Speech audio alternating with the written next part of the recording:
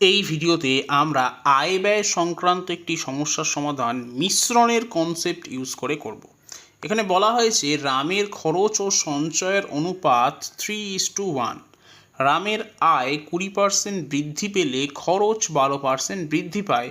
বর্তমানে তার সঞ্চয় কত পার্সেন্ট বৃদ্ধি বা হ্রাস পেল তা নির্ণয় করতে বলা হয়েছে। এখানে আমরা একটা কনসেপ্ট ইউজ করব, সেটা হলো আয়কে আমি ধরতেই পারি খরচ এবং সঞ্চয়ের মিশ্রণ।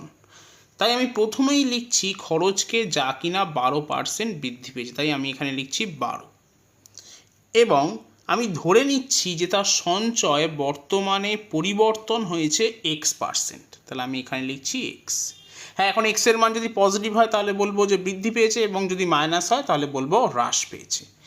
এবং বলা আছে যে রামের আয় 20% বৃদ্ধি পেয়েছে। এখন যেহেতু আমরা বললাম যে খরচ এবং সঞ্চয়ের মিক্সচার হিসাবে আমরা ধরবো আয়কে, তাই এই দুটোর মাঝখানে একটু নিচে লিখবো আমি আয়কে, অর্থাৎ নিচে লিখছি 20।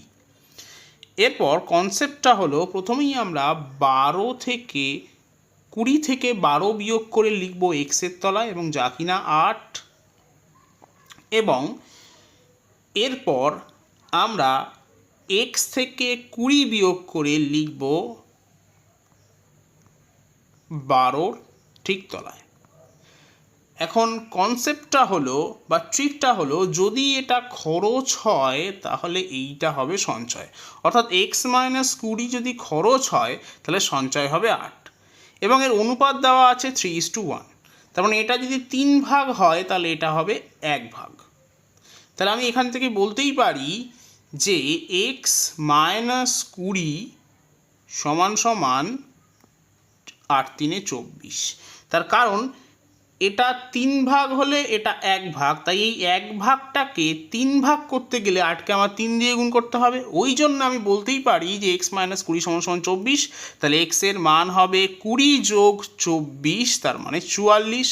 যেহেতু পজিটিভ এসছে তাহলে আমি বলতেই পারি যে সঞ্চয় বৃদ্ধি পাবে, এবং কত বৃদ্ধি পাবে? 44%। তাহলে সি হলো সঠিক উত্তর।